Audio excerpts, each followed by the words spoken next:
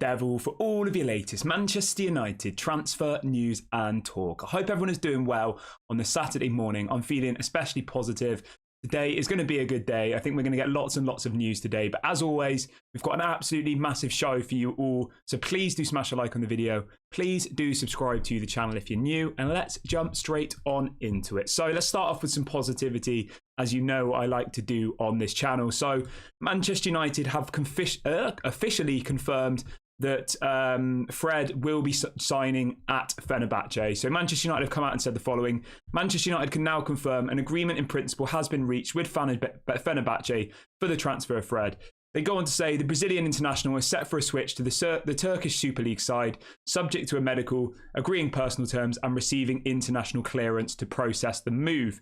It goes on to say that our number 17 is scheduled to fly out to Istanbul on Saturday, so today, in order to take his medical test. So Fred will be having his medical in Turkey today ahead of the move to Fenerbahce. Obviously, the deal is worth 10 million euros up front, plus an additional 5 million euros in add-ons. So it's about 15 million euros total package. And his medical will be today. So we should get the pictures of him wearing the shirt and all the rest of it by the end of today, I reckon. Which, of course, then means we can go and push the button on Sofyan Amrabat. So by Monday, I'm expecting a bid to go in for Sofyan Amrabat. Obviously, we need to get the money in from the Fred sale first. As soon as that money comes in, Manchester United should then go and press the button on that deal. Fabrizio Romano has said Fred will complete his permanent move to Fenerbahce on Saturday for 10 million euros plus 5 million add-ons. Medical is today. So medical today. I think he's already arrived in Turkey. I think he went there yesterday, I saw. So yeah, today is the day that Fred leaves the club. And I just want to say, I wish Fred all the best. I did quite like Fred as a player. He was likable, wasn't he, as like a person? You know, he wasn't the best footballer, but he did try hard.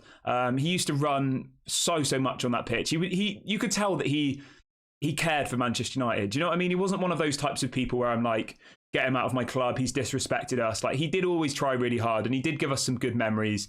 That season with him and McTominay in midfield was probably one of the most brutal seasons to watch ever. But when he was on his own or when he was playing with Casemiro, I thought he was actually a half-decent player. So I wish Fred all the best. Thank you for all of the memories. I will always remember you, Pastor Fred. If anybody doesn't know about Pastor Fred, go and have a look on Google. You will thank me later. So type in Pastor Fred on Google after this video. But yeah, I wish Fred all the best. I hope he has a great career at Fenerbahce. Really, really good move for him. Obviously, Fenerbahce are in the Champions League, I believe. Are they in the Champions League? Somebody let me know in the chat whether they're in the Champions League, but they're the biggest, if not the biggest, or one of the biggest clubs in Turkey, aren't they? So Fred is gone. Goodbye, Fred. Thank you for the memories. Thank you for everything. And yeah, great bit of business that, I think. I know some people are disappointed about the fee.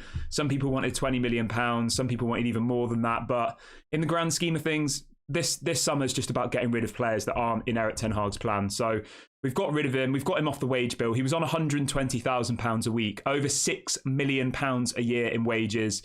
Removed 6 million from the wage book, got 15 million euros in the pot to now go and buy Amrabat. I think that's good. I think it's good business. And Amrabat apparently is going to be paid quite a lot less than that. Apparently his reported wages are going to be somewhere around £80,000 a week. So when you look at it like that, you're getting a better player in Amrabat, and you're paying him nearly half of what Fred was getting paid. So when you kind of compare the two things, I think it's a good deal, because Amrabat at the moment at Fiorentina is paid £30,000 per week. So even if we doubled his salary to 60, he's still going to be on less than half of what Fred was on. So it's a really good bit of business. But everybody, please say your goodbyes to Fred in the chat. Let me know what your time with Fred has been like. Let me know if you enjoyed watching him play, and let me know what your best memory of Fred was. I think mine in recent years was probably the equaliser he scored against Barcelona. Was it last season? Yeah, I think that was my kind of favourite moment of Fred. But yeah, I did like him. So yeah, I wish you all the best, Fred. Everybody drop in the comment section what your favourite memory of him was. Let me know if you're going to miss him and all the rest of it. But let's move on to something else. Right, let's talk about Harry Maguire really quickly. So there's a story that's come out this morning from The Guardian in the UK confirming that Harry Maguire has now agreed personal terms with West Ham. So personal terms have been sorted.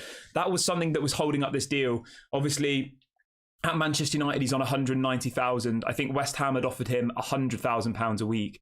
And there was some talk saying that maybe personal terms wouldn't be agreed and then he'd have to end up staying. There was a little bit of scaremongering going on yesterday. There was quite a lot of people on Twitter saying, why would Harry Maguire go to West Ham? He's not going to be paid the same amount of money. But The Guardian in the UK have confirmed this morning that they have now agreed personal terms. So all is left to do is the medical. Manchester United are reportedly going to have to give Harry Maguire a £6 million payoff, like a compensation, severance package, whatever you want to call it. So he'll receive £6 million from the club in order to kind of bump up his pay, because he is taking a massive pay cut to go to West Ham. But yeah, it looks like this deal will happen, and I think by Monday he'll have his medical. I'll be very, very surprised if he's in the squad for the game against Wolves on Monday. I know Erik ten Hag in his press conference yesterday said that that he would be available and all the rest of it, but you know what Erik ten Hag's like. He keeps everything very, very close to his chest. So at this point, we can expect both Fred and Maguire to be gone by Monday, I think. The main stumbling block here was the personal term. So I know some of you are probably not that excited about this, but to wake up this morning and see from a very reliable UK newspaper that the personal terms have agreed, that was a really, really positive step for me, because personal terms are the issue a lot of the time with Manchester United players. We'll agree a fee with the club, and then they start talking to the club, and the club say, we can only pay half of what Manchester United pay. And the people say, well, I'm not going to go then. So yeah, really, really happy about that one. Again, I wish Harry Maguire all the best. I know he's not appreciated as much as maybe like Fred was. I think Fred was a bit of a fan favourite, even though he wasn't that great. I think the fans did like him and they did appreciate him. Whereas Harry Maguire, he's just ruffled too many feathers, hasn't he? His comments coming out saying, I don't need to prove myself and all the rest of it. It just rubbed a lot of Manchester United fans up the wrong way, me included. So obviously I wish him all the best. I hope he goes and has a good career at West Ham. But yeah, I'm not going to miss Harry Maguire one bit, if I'm being very blunt with you. £30 million in the bank though. Happy days, plus add-ons. Can't complain with that really, can I? Right, let's move over to who is going to be his replacement, because we have had an update on the centre-back situation that I will bring to you now. So it looks like Todibo is going to be the next Manchester United centre-back. That's what's being reported this morning. Manchester United sent scouts to Nice's game yesterday against Lille. So I did actually watch this game yesterday. I don't usually watch French League football ever, but I was interested to see this Todibo guy play, because before, about a month ago, I'd never heard of him, all right? I'm not going to sit here on this channel and make out I'm some football expert who watches every single league in every single country, because I simply don't. I mainly watch the Premier League, some of the Championship, obviously Champions League, Europa, etc. I don't really watch French League football. So Nice played Lille last night, it was. Obviously, it was the first game of the French League. It was 1-1. Todibo looks like a quality player. He looked really, really good. So there was a couple of stats that I pulled off from the game. So he had an 87% pass accuracy, 63 touches on the ball, 45 passes completed. He did 4 clearances. He won 3 of his 5 duels, and he completed 2 of his 2 dribbles. So for a centre-back, that is really, really good stats. Really, really good.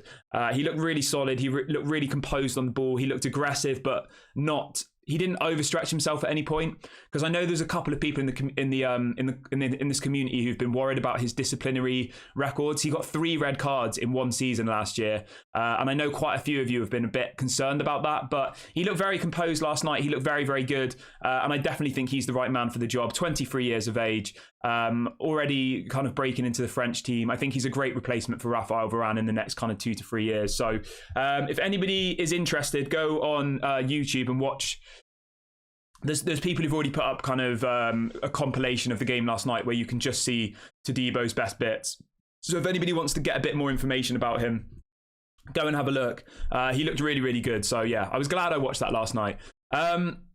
And the Nice boss has also been speaking about Todibo as well. He says, "We would like to keep the player to stay until the end of the season, but the reality of the transfer window escapes me. We will see what happens. As long as they're here, I'm enjoying having them." So he's kept it very, very open. He knows that if Manchester United come knocking on the door for Nice, on the door of Nice for Todibo, that he will obviously be sold. So yeah.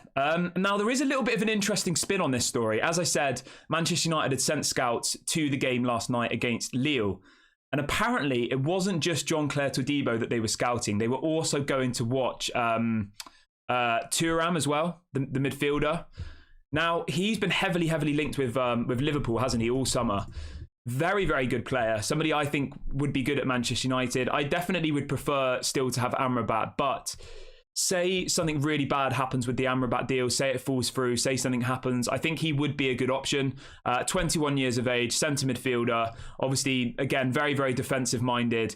He'd be available for somewhere around £30 million, so kind of the same type of fee we're talking about for Amrabat. I definitely think Amrabat's a better player, and I definitely think we should be going after Amrabat, but if that deal did fall through, then I think Turan would be a good replacement. And as I said, Manchester United sent scouts to the game last night to watch both him and Jean-Claire Todibo. So, but I want you to let me know in the comments section, what do you think of Turan from Nice? Would you like to see him at Manchester United? Do you think he's good enough? Do you think he's on the level of Amrabat? Let me know. Obviously, he's a lot younger. He's only 21 years of age. So if you're looking at it from that perspective, you know, he probably is a better investment in the long run, but I'm not sure whether he's a better player. I think Amrabat is a better player at this point in time, but yeah, Turan could be an interesting signing. I know Liverpool have been heavily linked to him. He can play centre mid, centre defensive mid, 6'4". He's very, very tall, very, very strong. I think he'd do well in the Premier League, I do. And I think if he doesn't come to Manchester United, he will most likely go to Liverpool. So yeah, we'll keep an eye on that one. Obviously, Liverpool seem to be the ones leading the race for that, but Manchester United have sent scouts to the game last night to watch him play. Yeah, let me know what you think about that one. Let me know whether you think he'd be a good signing. And then there's a little bit more on the Jean-Claire Todibo situation. So there's a story coming out from a journalist in France this morning saying the appeal of joining a prestigious club like the Old Trafford side has captured the attention of Jean-Claire Todibo, who has apparently spoken to Ten Hag many times. So from what we're hearing, Ten Hag has called Jean-Claire Todibo. He's told him about the project. He's told him what his role would be at Manchester United, what would be expected of him, you know, whether he would be a first team player, whether he'd be a backup for Varane. And apparently Jean-Claire Todibo really, really wants to push this move through to Manchester United. So yeah, I think, you know what?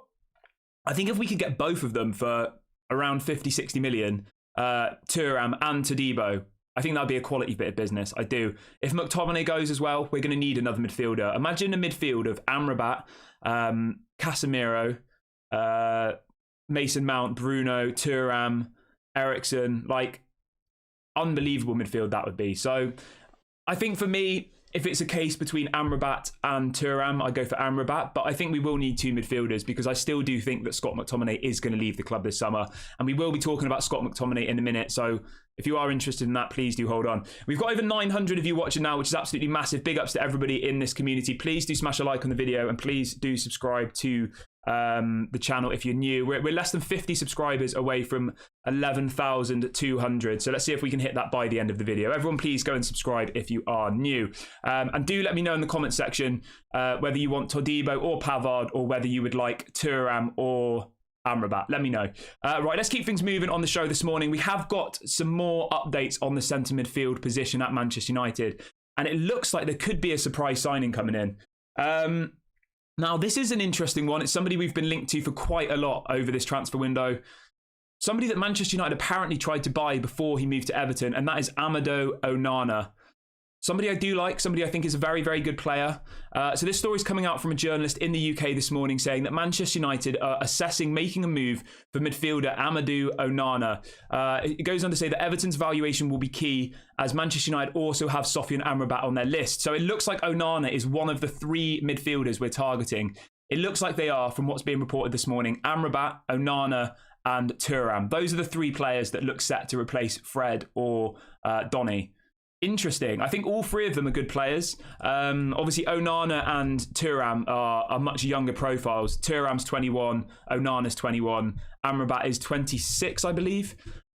So it is a difficult one. It is. I do think Turan is a better player, but I like both Onana and Turan as well. So I'm not sure about this one, but it is nice to know that we do have options there. It's nice to know that if the Amrabat deal falls through for whatever reason, we do have backups. I think Onana and Amrabat have and Turan have a much higher ceiling than Amrabat. Amrabat's in his prime now. He's probably not going to get much better. He might improve a little bit under Ten Hag, but I can't imagine him, you know, turning into this world-class player under Erik Ten Hag. Whereas I think both of these younger profile people could easily come into this squad and could get much better. as the article says this morning, it all depends on how much the fee is going to be. I think Everton would want a big fee for Amadou Onana. Like, he is very, very young. There's a lot of clubs interested in him. They only bought him last season, I believe, didn't they? So I'm not sure about that one. But let me know in the comment section who you think would be the best option. Obviously, all three of them are defensive midfielders, so they all are quite a similar profile. Let me just have a look. So yeah, they bought him for 35 million euros last season, Everton did. So they'd probably want at least that, if not more. I think he would probably cost you around 30 to 40 million pounds for Amadou Onana.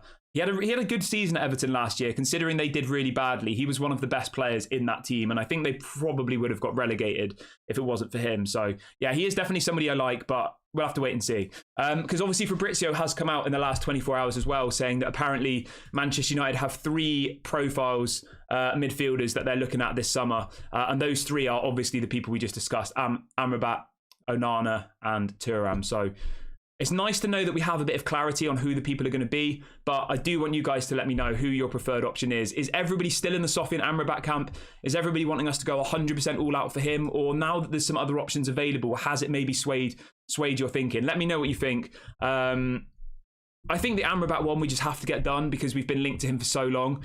But I'll be honest, if we don't get Amrabat and we get Turan or Onana, I won't be devastated. I won't, because they offer you different things. Onana and Turan are younger. We'll have them for 10. Like, you could have them for 10 years. Whereas Amrabat, you're probably going to have for 4 years and then probably need replacing. So they offer you different things. But let me know in the comment section whether you like the idea of these other players or... Yeah. There's another story from another journalist coming out this morning saying that Manchester United are thinking of putting in a bid for Amadou Onana if the Sofian Amrabat deal doesn't happen. So yeah, there's literally all of the journalists this morning in the UK are reporting this story that Manchester United are set to make a bid for Onana. But let me know what you think about that one. Let me know what who you prefer to happen. Yeah, I mean, for me, just to end that bit of the show, the most important thing for me is that Erik ten Hag gets his number 1 target. If Amrabat is his number 1 target, then he has to get Amrabat. If Onana, you know what I mean? Like, we can't be getting the backup options because I feel like this summer we have got quite a few backup options. Mason Mount was his first choice. Onana was his first choice. But I'm sure that Harry Kane, Victor Osimhen, I'm sure there was other people ahead of Rasmus Højlund, you know? As much as I want Rasmus Højlund to do well. People in the chat are asking about Benjamin Pavard. Let's talk about him really, really quickly. You know what? Over the last couple of days, I've kind of gone off the idea of signing Benjamin Pavard a little bit. I've watched more videos on him. I've done more research. And I just think that Todibo's a better player. I think he's younger. I think he's faster. He's more physical. I just think he'd be better suited to the Premier League. But in relation to Benjamin Pavard, we've got a bit of an update from Fabrizio Romano. He is reporting that Benjamin Pavard is open to leaving Bayern Munich this summer and is keen on joining Manchester United. He'd love to join the club and try a Premier League experience. So this is what Fabrizio Romano is reporting on the situation. He then goes on to say that Ten Hag will decide soon on his favourite option, and it's between Pavard, Todibo, and the backup option is Tapsoba from Bayern Leverkusen. So I like with the midfield situation, there's 3 players in that list for the centre-back to replace Harry Maguire. Benjamin Pavard, Jean-Claire Todibo, and Tapsoba from Bayern Leverkusen. I think for me, it's got to be Todibo. I do. I think Todibo's the best player of those 3. But let me know in the comment section which you'd go for. It has gone relatively quiet. There was a journalist from Bayern Munich coming out yesterday. It was Christian Falk, who is obviously, he literally just reports on Bayern Munich, a very, very, very good German journalist on Bayern Munich. And he is reporting that Manchester United are now very serious about signing Benjamin Pavard. Talks are ongoing. So it looks like talks have begun between Manchester United and Bayern Munich for the signing of Pavard, but talks are also ongoing with Nice for Jean-Claire Todibo. So yeah, I assume it's just going to all boil down to price. It's going to boil down to wages. There's so many different considerations that need to be met. If Bayern Munich say they want 35, 40 million, and Nice say they want 35 million. Maybe Manchester United say, well, one of them's 27, one of them's 23. I think paying 35 million for a younger profile player is better than paying 35 for an older one, you know? So we have to wait and see how much Manchester United get quoted for these players. At the moment, it looks like Jean-Claire Todibo would cost around £35 million. That's what's being reported. In relation to Benjamin Pavard, it looks like Bayern Munich are asking for around 25 to 30 million pounds. So there's not a massive difference in the amount of money that's being asked for. They're quite close. I just think for me, Benjamin Pavard, he's a good player. He's only got 1 year left on his contract though.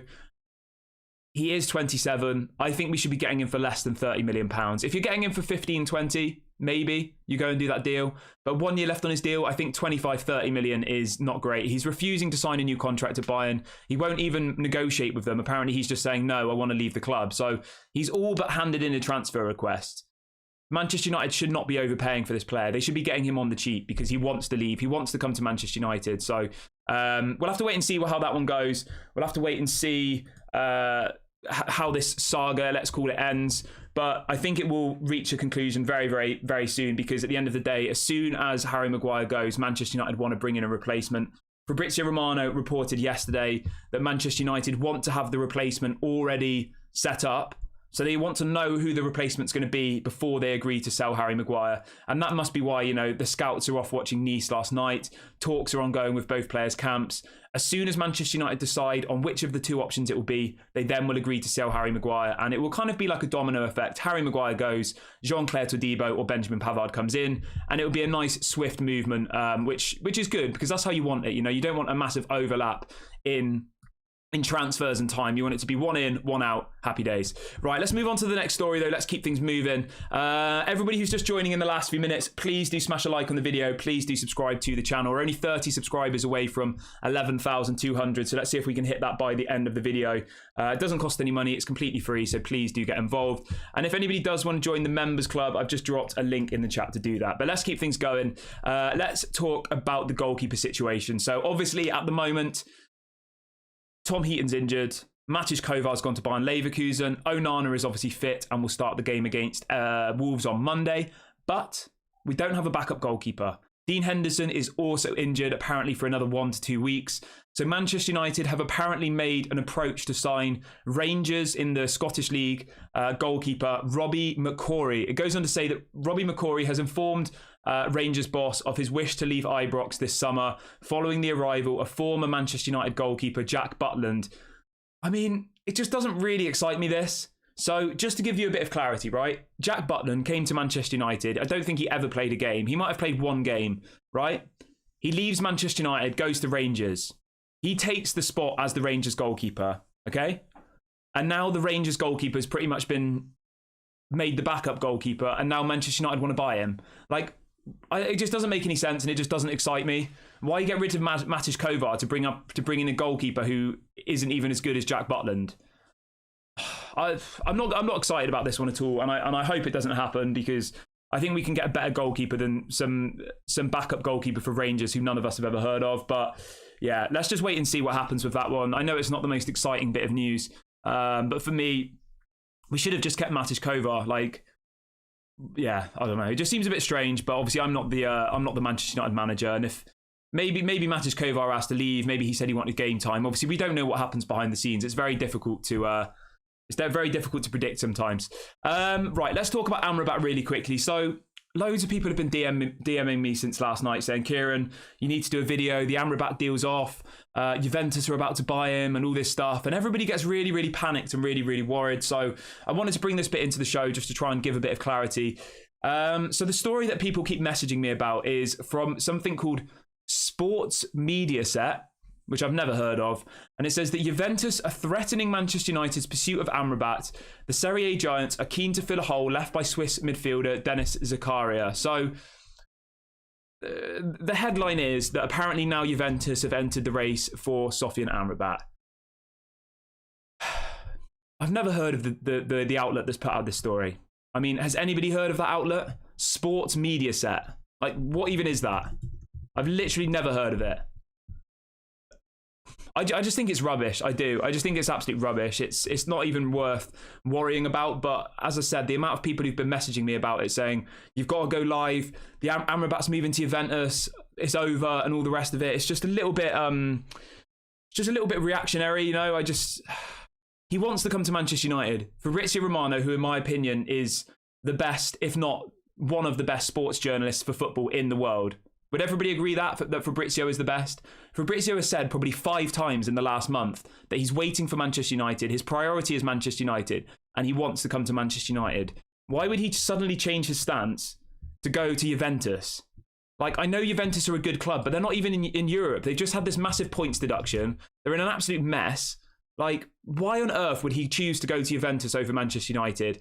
Choose to move to a team that aren't even in Europe, versus going to Manchester United, the biggest club in the world, and play Champions League football under a manager that he used to play under at the beginning of his career. Like, it doesn't make any sense whatsoever. Fiorentina finished 4 points behind Juventus last season. Fiorentina finished 8th and Juventus finished 7th. Is it really a jump up? It's not like he's moving to Napoli or he's moving to Barcelona or Real Madrid. Like, that would be a concern. I just think it's a rubbish story, and I just wanted to bring it into the show. Obviously, this is just my opinion. In a week's time, we might be all sat here and everyone might be saying, Kieran, you were wrong, he's gone to Juventus. And obviously, if that happens, I'll accept it. But I just think everyone gets a bit too worried. Yeah, I just think everyone gets really, really worried. And, you know, you see one story on Twitter. Yeah, so for me, he wants to come to Manchester United. I want him at Manchester United. And I think Amrabat will become a Manchester United player. So everybody just take a deep breath. Everybody just chill out. As soon as Fred's gone, which is going to be today, we spoke about that earlier on in the show. Fred's medicals today. We get the money for Fred. We then go and buy Amrabat. That's what we've been told for the last month. So now that we're finally at this moment where this deal is going to happen, I don't think we need to worry about Juventus. Like, I think we can just let that go. So that's what I have to say on it. Obviously, if you disagree, please get in the comments section. If you think I'm wrong, obviously that's fine. You think what you think, but, you know, I just try and keep a positive mindset. If Fabrizio Romano comes out and says that he's going to Juventus, he's going to Juventus. I'm not going to sit here and try and, you know, sugarcoat it. But some outlet I've never heard of saying that Manchester United are threatened by Juventus, I just think it's crap. So anyway, let's move on from that, because I just wanted to bring it in because I've had so many people message, and it is frustrating, I get it, but it's just what football's about, isn't it? There's so much speculation. Right. Now let's move on to Mason Greenwood, because I know a lot of you are really, really interested in this topic. So we've had another update come out this morning from a journalist in the UK, and it says that Manchester United have now made a step closer to bringing back Mason Greenwood after now they seek final approval from the women's team, club sponsors and fan groups. And it goes on to say that apparently the investigation that Manchester United, it says the 6-month investigation is now complete. Where is it? Let me read out. Yeah, so apparently the 6-month investigation that they did is now complete. And it says this is the clearest indication yet that the club planned to bring Mason Greenwood back to Manchester United.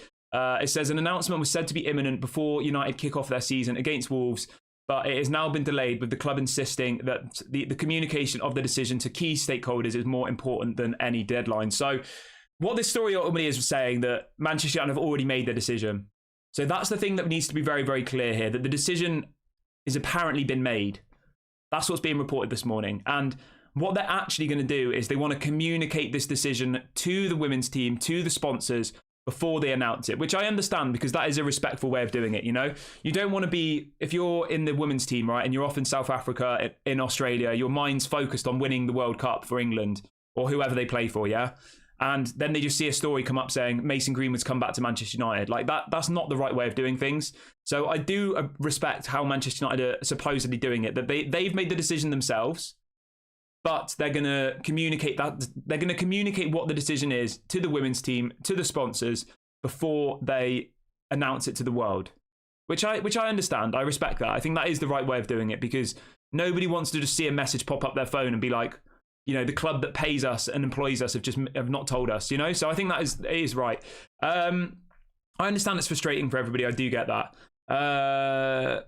So yeah, it says it is understand that United have now made their decision after the findings of a 6-month internal investigation were handed to Chief Executive Richard Arnold. So it looks like Richard Arnold was the one responsible for making the decision. The decision has now been made, and they will now communicate this decision to the women's team, to the sponsors, I guess to Adidas, to TeamViewer, to all of the people who give Manchester United money. They'll tell them what the plan is. And then unless, I guess, there's some complete outrage from those people, from the women's team, etc., then it looks like he will come back. The one thing I will say, which I think is really, really horrible, is the way that Manchester United have kind of pinned this on the women's team. I think that is an absolute disgrace. I really, really do. Because people in the chat now are saying, people are having their opinion, saying the women's team shouldn't have an opinion, blah, blah, blah. And I've seen on Twitter, apparently there's like thousands of people messaging all the women's team, Manchester United, giving them abuse and stuff. And this is just exactly the wrong way of Manchester United to do it. They should have made the decision. They should have communicated it to everyone, and that should have just been it. Like, to mention the women's team just doesn't help anybody, I don't think. I just think it's really, really been handled terribly. They need to make their decision, which apparently they have. And instead of saying, oh, we need to ask the women's team, they just need to decide for themselves. They need to grow some balls and just do it at the end of the day, don't they? Because it's like a blame game, isn't it? It's like, oh, well, we wanted him back, but the women's team didn't. It's like, that's just not the right way to go about anything. And it really, really has annoyed me. And a little side note, now this is just a bit of a stupid one, but I think it is still relevant. So apparently Mason Greenwood has now been added back to Manchester United's squad in eFootball. It goes on to say that Konami, the gaming manufacturer, is the official gaming partner of Manchester United. Konami had previously removed him from the game back in February 2022. So yeah, apparently he's been added back to this game that is the official gaming sponsor of Manchester United. He's back in the squad. Whereas he's been previously removed from it from the last kind of 18 months whilst all of this investigation and all the rest of it had been going on. So, yeah, the decision has been made. They're just being very, very sneaky. They're trying to pin this on somebody else. So if there's outrage, all of the outrage will be then directed at the women's team. Obviously, I'm not saying that should happen. I completely disagree with that, and I think it's an absolute disgrace. But that is, of course, what they're doing. It's very, very divisive. It's a way of them continuing their model of conquering and dividing. And just please, guys, don't fall into it. Don't be having arguments with other people who have differing opinions to you. People can have different opinions. That's completely fine. As long as you're respectful to others. Like, we are one fan base. We're a community. We're Manchester United. The word united is in our club's name. Okay? United. That means united together. So just don't let the Glazers do what they're trying to do. They're trying to divide. They're trying to pin it on the women's team. And I honestly think it's a disgrace. And it really, really has annoyed me. So yeah, just try and stay positive about it. Whether you want him back or not, that's obviously up to you. We did do a poll on the channel yesterday. For what it's worth, I don't want to do them on these live chats because I just think it's a bit pointless. I wanted to just do one poll because people keep asking me to do them. So I've done it on the community section on our page, and I asked the question, and 86% of you said yes, you did want him back, and 14% of you said no, you didn't. Yeah, so that's obviously fine. You're entitled to your opinion. I'm not going to sit here and say you're wrong for having a differing opinion. That's just not the person I am. And that's not what's going to happen on this channel, okay?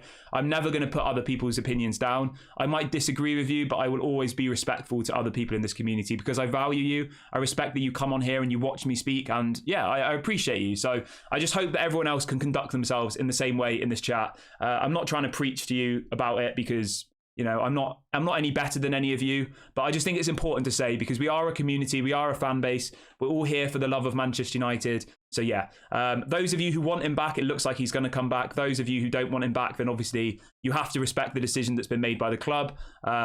It's not up to us, it's up to the club, okay? So that's just the way I see it. And I hope that everybody understands that, and I hope everybody can respect what I'm saying, and everybody in the comment section is going to be, everyone's going to be respectful about that. I think I've said it in a nice way. If you think I haven't, then obviously that's fine. But that's what I think.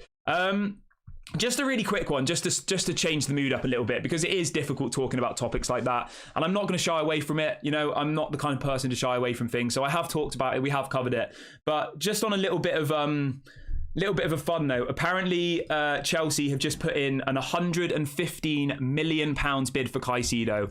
115 million. Absolutely mental. Mental money. It looks like he will be going to Chelsea. That has been one of the most strangest sagas of this whole transfer window. That and Harry Kane have been, honestly, it's been exciting to watch as a mutual fan. And also, I know a lot of you in the chat have really, really wanted this player, Romeo Lavia. Now, apparently, Chelsea are on the brink of signing Lavia as well.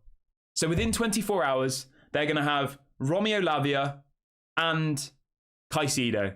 This has been reported by Sky Sports that apparently Chelsea are understood to be close to an agreement with Southampton for Romeo Lavia. So we're not going to get Lavia. He's going to Chelsea as well. I'll say it now. Chelsea are going to have probably the best midfield in the Premier League, aren't they? Lavia, Caicedo, Enzo Fernandez. That is an incredible midfield. 50 million for Lavia and 115 million for Moises Caicedo. £165 on two players. Absolutely ridiculous. Yeah, crazy.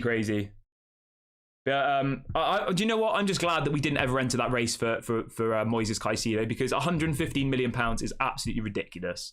And to think that Ed Woodward had him, he'd agreed personal terms. For anybody who didn't know this, 2 or 3 years ago, before Moises Caicedo went to Brighton, Manchester United agreed a €5 million fee with whatever club he'd played for in Ecuador. He'd agreed personal terms. He wanted to come to Manchester United, and Ed Woodward rejected the deal.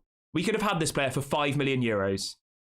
I mean, that just sums up how Ed Woodward's, been. And there's another bit of breaking news as well. I know, again, this is the final time we will ever speak about him, but Harry Kane has officially just joined Bayern Munich. He won't be coming to Manchester United. I'm literally looking at his post right now. He's done a video on Twitter. He looks like he's crying. He's talking about his time at Tottenham. His eyes are all watery. Yeah, Harry Kane's at Tottenham. It's done. Done deal. Not at Tottenham, at Bayern Munich, sorry. I mean, that is a shame for the Premier League, isn't it? Let's just take a minute. That is definitely a shame for the Premier League. It really, really is. Yeah. Right, I'm just going to see if there's any... We've got 5 minutes left of the show, everyone. Please do smash a like on the video. Please do subscribe to the channel if you are new. We are... Let me just have a look how we're doing on the subscribers. The channel's growing so quickly at the moment, so big ups to everyone in this community. We're only 14 subscribers away from 11,200, so do go and subscribe if you haven't already. I will read out a couple of your questions as well now. We've got 5 minutes left, so do get your questions in if you haven't already.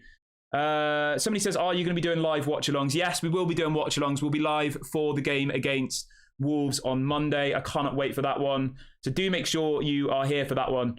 And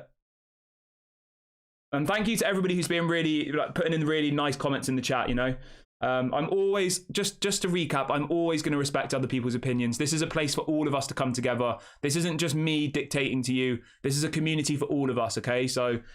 everybody's voice will be heard. Stefan says, Kieran, is there a chance of selling Anthony Martial and getting another striker instead of Mason Greenwood? In relation to Anthony Martial, apparently there is interest from Turkey. Fenerbahce and Besiktas have apparently been offered Anthony Martial. He is now fully fit. He is now able to play matches. Whether or not he'll leave, I don't know. I would say it's probably quite unlikely at the moment. His wages are the issue. He's on £250,000 a week. I think the only way in which he goes is if maybe it was a free transfer. He's got 1 year left on his contract, ridiculous wages. It would have to be something similar to Eric Bailly, where Manchester United agreed to mutually terminate his deal. He moves to another club and then they pay him whatever wages he wants, because I can't see someone like Besiktas paying us 15 million and then paying him 250 grand a week. I just don't think they would do that. It's a hell of a lot of money. So in short, unless Saudi Arabia come in for Martial, I think he probably will still be here next summer. Sorry, he won't be here next summer because he'll be a free agent, but he'll be here this season. Just really quickly as well, on Eric Bailly, it looks like he will be joining Besiktas. It looks like it will be as a free agent that Manchester United will agree to mutually terminate his contract and he'll go to Besiktas. So I know it's not the most exciting one. Let's have a read of a few more questions. Somebody says, Todibo and Amrabat, would that be a solid window? Yeah. Yeah, I think that would be good. I think Todibo and Amrabat would be good, but I do still think we need a striker. I think we need a striker. If we get a striker, Todibo and Amrabat, I would say that, I'd say that we've had a very good window. I'd probably give it a 9 out of 10 for the ingoings. For me, it all depends on who leaves the club. If Maguire, McTominay, Dean Henderson, Telles, Bailly, Elanga, if all of those people go, which Donny, Fred, etc., then I honestly would give our window 10 out of 10. Like, we're so close to getting a 10 out of 10 window. We just need to get some outgoing sorted really, really quickly. What we got?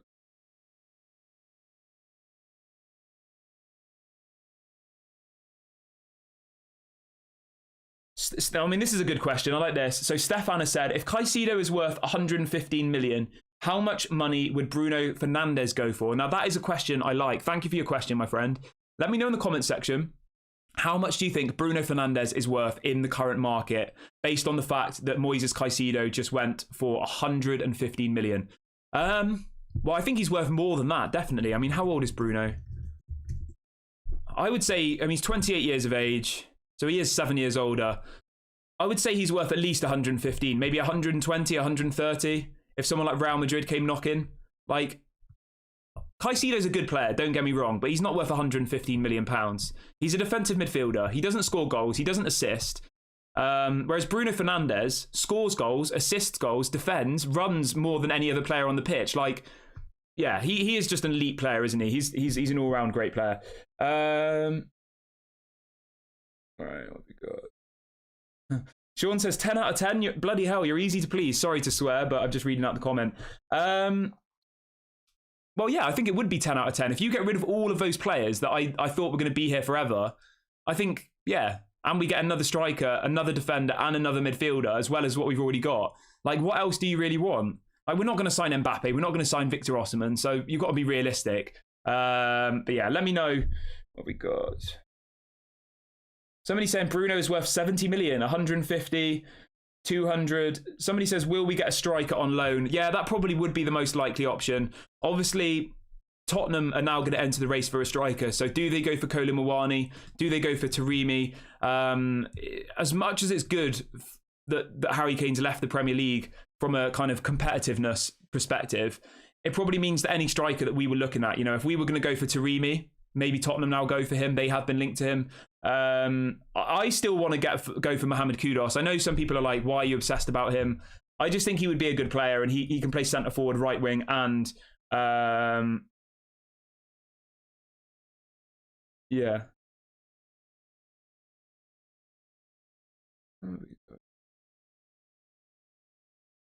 Right, I'm going to read out a couple more questions, so do get your questions in before the show ends. I got a couple minutes left, so chuck a couple of questions in. So someone says, will Manchester United be breaking the bank this transfer window? Well, I mean, at the moment, we've spent 160, 170 million pounds. Obviously, if we sell all the players that we're going to apparently sell, we'll probably raise around 100 million pounds in sales. So at the moment, I think our net spend will end up being about 70 to 100 million, I think. But we'll have to wait and see. You know, we'll have to wait and see whether Manchester United do a madness and bring in some other people. There is a player that we're going to be talking about on the show later. So there's somebody who we've been linked to, which I'm going to keep as a surprise today, which I think will excite a lot of you. And we're going to do a specific show about it later on today.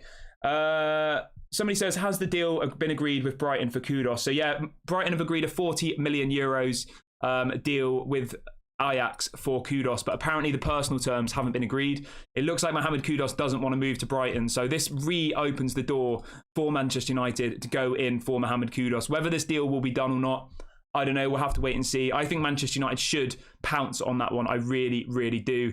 Especially if Pellistri is going to go out on loan.